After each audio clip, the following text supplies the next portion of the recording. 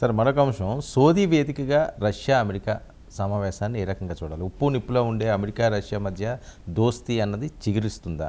Ukraine శాంతి నెలకొల్పేందుకే Saudi Arabia వేదికగా ఈ కీలక భేటీ అని. అంటే అమెరికా రష్యా దోస్తీకి సంబంధం లేదు.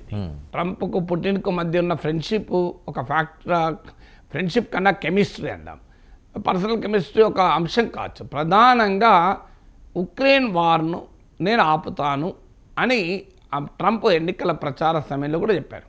వార్స్ ఉక్రెయినే కాదు, ఈ గాజా వార్ కూడా ఆపుతానని. సో ఉక్రెయిన్ వార్ ఆపుతానని ట్రంప్ ప్రకటించాడు. అధికారంలోకి వచ్చినాక చాలా వేగంగా నిర్ణయాలు తీసుకుంటున్నాడు. మీకు లాస్ట్ వెనస్డే అనుకుంటాడు పుటిన్తో మాట్లాడాడు. ఫ్రైడే జేడీ వ్యాన్స్ అమెరికా ఉపాధ్యక్షుడు జెలెన్స్కీతో మాట్లాడాడు. సాటర్డే మీకు సౌదీ అరేబియాకు అమెరికన్ డెలిగేషన్, టాప్ డెలిగేషన్ వెళ్తోంది. మార్క్ రుబియో అమెరికా విదేశాంగ మంత్రి, Mike Waltz America national security adviser, Steve Witkoff America Donald Trump envoy, ఈ ముగ్గురు సౌదీ అరేబియా వెళ్ళారు. సౌదీ అరేబియాలో రష్యన్ టీం కూడా వస్తుంది. So Trump team, American team, Russia team మధ్య ప్రిలిమినరీ చర్చలు, ఉక్రెయిన్ వార్ ఎలా ఆపాలి అనే చర్చలు మొదలవుతున్నాయి. సౌదీ అరేబియాను ఎందుకు ఎంచుకున్నారంటే అది న్యూట్రల్ డెస్టినేషన్. సౌదీ అరేబియా అమెరికాకు క్లోజు, రష్యాకు క్లోజు. సౌదీ అరేబియా ఈ వార్లో కూడా తటస్థ పాత్ర తీసుకుంది. ఈ వార్లో కూడా అది అమెరికా వైపు, రష్యా వైపు లేకుండా తటస్థంగా ఉంది. అందువల్ల అందులో డొనాల్డ్ ట్రంప్కు సౌదీ క్రౌన్ ప్రిన్స్, అంటే సౌదీలో వాస్తవంగా రాజ్యమేలుతున్న మహమ్మద్ బిన్ సల్మాన్కు మధ్య వ్యక్తిగతంగా కూడా ఫ్రెండ్షిప్ ఉంది. మీకు అందుకే ట్రంప్ ప్రెసిడెంట్ అయ్యాక ఫస్ట్ మాట్లాడింది సౌదీ క్రౌన్ ప్రిన్స్తోనే, మహమ్మద్ బిన్ సల్మాన్తోనే ఫోన్లో మాట్లాడాడు. The first international leader to speak Trump.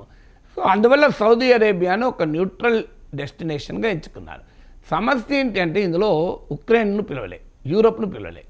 War ఎక్కడ జరుగుతుంది? యూరోప్లో జరుగుతుంది. వార్కు వల్ల మ్యాక్సిమం ఎఫెక్ట్ అయింది యూరోప్. రేపు ఈ వార్కు సొల్యూషన్ ఏది దొరికినా మ్యాక్సిమం ఎఫెక్ట్ అయ్యేది యూరోప్. కానీ యూరోప్కు ఈ చర్చలో సంబంధం లేదు. తర్వాత కూడా పిలుస్తారా, యూరోప్ని ఇన్వాల్వ్ చేస్తారనే ప్రశ్న వేస్తే మార్క్ రుబియోమో ఇన్వాల్వ్ చేస్తామన్నాడు, మైక్ వాల్స్తో ఇన్వాల్వ్ చేయమన్నాడు. సో అందువల్ల what is the role of Europe? Europe ఒకవైపు ఒకప్పుడు యూరోపియన్ సెక్యూరిటీ కూడా అమెరికాకు అవుట్సోర్స్ చేశారు. ఇప్పుడు అది కూడా ట్రంప్ క్వశ్చన్ చేస్తున్నాడు. సో ట్రంప్ వర్సెస్ యూరోప్ పెద్ద వార్ నడుస్తుంది. ఈ టైంలో యూరోప్కు ఇన్వాల్వ్ లేకుండా ఉక్రెయిన్ పీస్ టాక్స్ ట్రంప్ నడుపుతున్నాడు.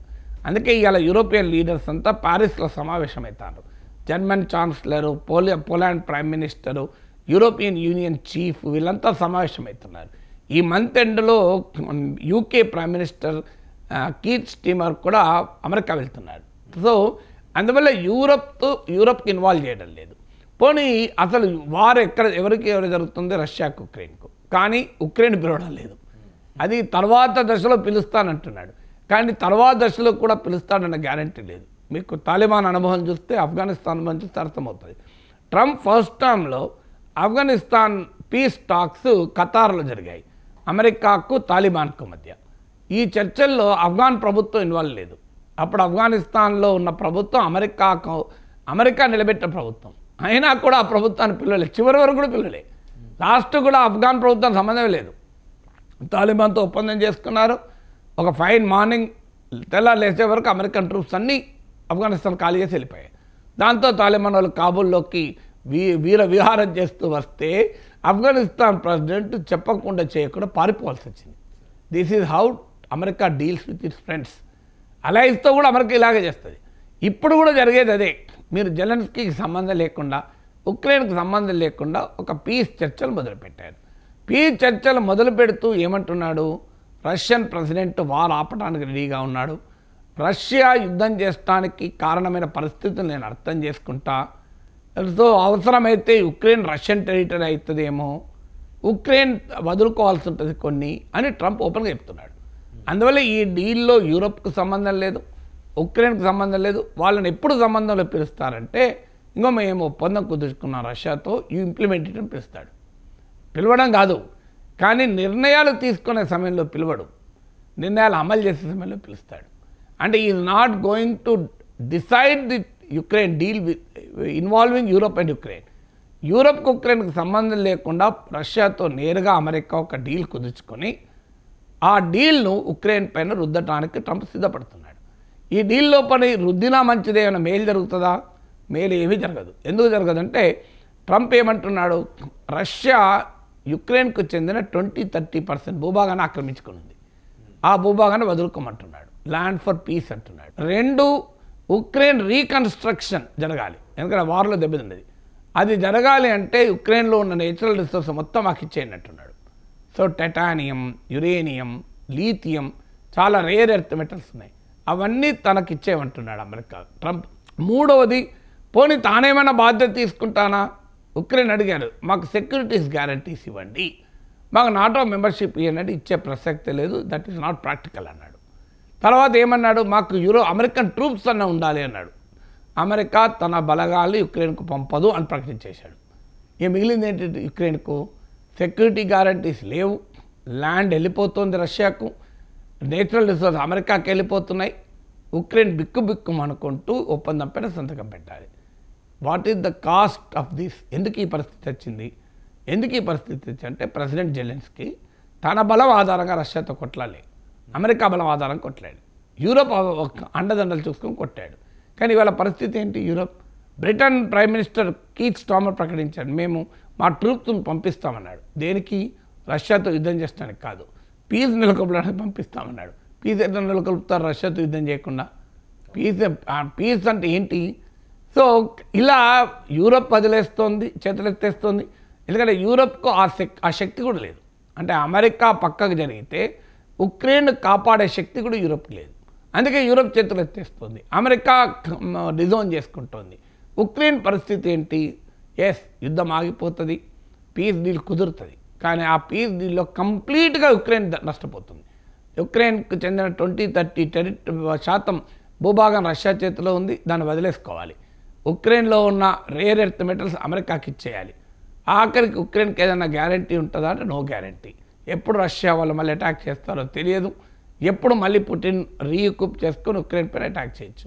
ఓ రకంగా ట్రంప్ ఉక్రెయిన్ని తీసుకెళ్ళి సముద్రంలో కలిపేస్తున్నాడు.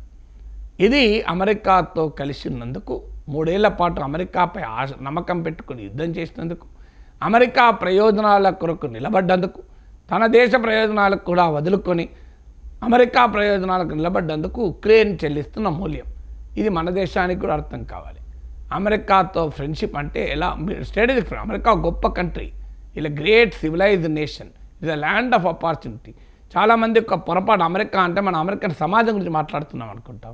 అమెరికా సమాజం వేరు, అమెరికా రాజ్య వ్యవస్థ వేరు. American state is different from American people, American society. American society is a great entrepreneurial society, freedom loving society, civilised society. కానీ American state is a barbaric state. American స్టేట్కి అర్థమైంది తన ప్రయోజనాలు తప్ప ఇంకేది పట్టించుకోదు. సో అమెరికన్ స్టేట్ స్వభావాన్ని అర్థం చేసుకోకుండా జెలెన్స్కీ ముందుకెళ్ళాడు. ఇవాళ దిక్కుతోచన పరిస్థితుల్లో బిక్కుబిక్కుమంటూ నా బతికేంటి అని చూస్తున్నాడు. సో అదే పరిస్థితి రేపు ఎవరికైనా వస్తుంది. అందుకే ఇండియన్ ఫారిన్ పాలసీ కూడా మనం చెప్పేది, అయ్యా don't rely on United states, rely on your self. America కోసం నువ్వు చైనాతో ఘర్షణ పడ్డా, అమెరికా కోసం ఇంకోరితో పెట్టుకుంటే మిగిలేది ఏంటి అంటే ఏం మిగలదు. సో కానీ అమెరికాతో నిలబడి గనక మనం ఇండిపెండెన్స్ స్టాండ్ తీసుకున్నాం అనుకో, మనకి ఏం మిగులుతుందో రష్యన్ ఆయిల్ మిగిలింది. రష్యాతో ఆయిల్ కొంటే అమెరికా తీవ్రంగా వ్యతిరేకించింది. కానీ మనం నిలబడి ఆయిల్ కొన్నాం, ఏం చేయగలిగింది America? Nothing could be done. Cheap oil వచ్చేసింది మనకు. అదే ఇరాన్ విషయంలో అమెరికాకు తల వంచి ఇరాన్ నుంచి ఆయిల్ దిగుమతులు ఆపేసుకున్నాం, నష్టపోయాం. అందువల్ల ఇవాళ అమెరికా అప్పుడు ట్రంప్ ఏమంటున్నాడు, చైనాకు నీకు నేను మీడియేట్ చేస్తా అంటాడు. ఏం చేస్తాడు మీడియేట్? రష్యాకు ఉక్రెయిన్కు మీడియేట్ చేసినట్టు చేస్తాడు. రష్యాకు ఉక్రెయిన్కు మీడియేట్ చేయడంలో తన వైరపక్షం అమెరికాకు ప్రధాన ప్రత్యర్థి అయిన రష్యాకు బెనిఫిట్ చేస్తూ తన మిత్రదేశమైన ఉక్రెయిన్ను డస్ట్బిన్లో పడేస్తున్నాడు. చూడండి ట్రంప్. చాలామంది ఏమనుకుంటారు, అమెరికాకు రష్యా కదా ఎనిమి, ఉక్రెయిన్ కాదు కదా. రష్యాను దెబ్బతీసే విధంగా డీల్ ఉంటుంది అనుకుంటున్నారు. ఉండదు. రష్యాను స్ట్రెంథన్ చేసే విధంగా డీల్ ఉంటుంది. ఎందుకుంటుంది? అమెరికాకు యుక్రెయిన్తో పని లేదు, రష్యాతో పని. అమెరికాకు రష్యాతో పని ఉంది కనుక ఉక్రెయిన్ డంప్ చేసి రష్యాతో కలుస్తున్నాడు ట్రంప్. రేపు భారత్ చైనా వివాదంలో కూడా అమెరికా తలదూర్చి జరిగేది అదే. అమెరికా శత్రుపక్షం కదా చైనా, మనకు సపోర్ట్ చేస్తారు, మనం భ్రమపడద్దు. అమెరికా ఇంట్రెస్ట్ల రీత్యా చైనా అవసరం, మనం కాదు అవసరం. అందువల్ల అమెరికా చైనాకు అనుకూలంగా ఇండియాని డంప్ చేస్తుంది. ఇప్పుడు ఎలాగైతే రష్యాకు అనుకూలంగా యుక్రెయిన్ డంప్ చేస్తుందో అందువల్ల యుక్రెయిన్ అనుభవం నుంచి the world has to learn, India has to learn.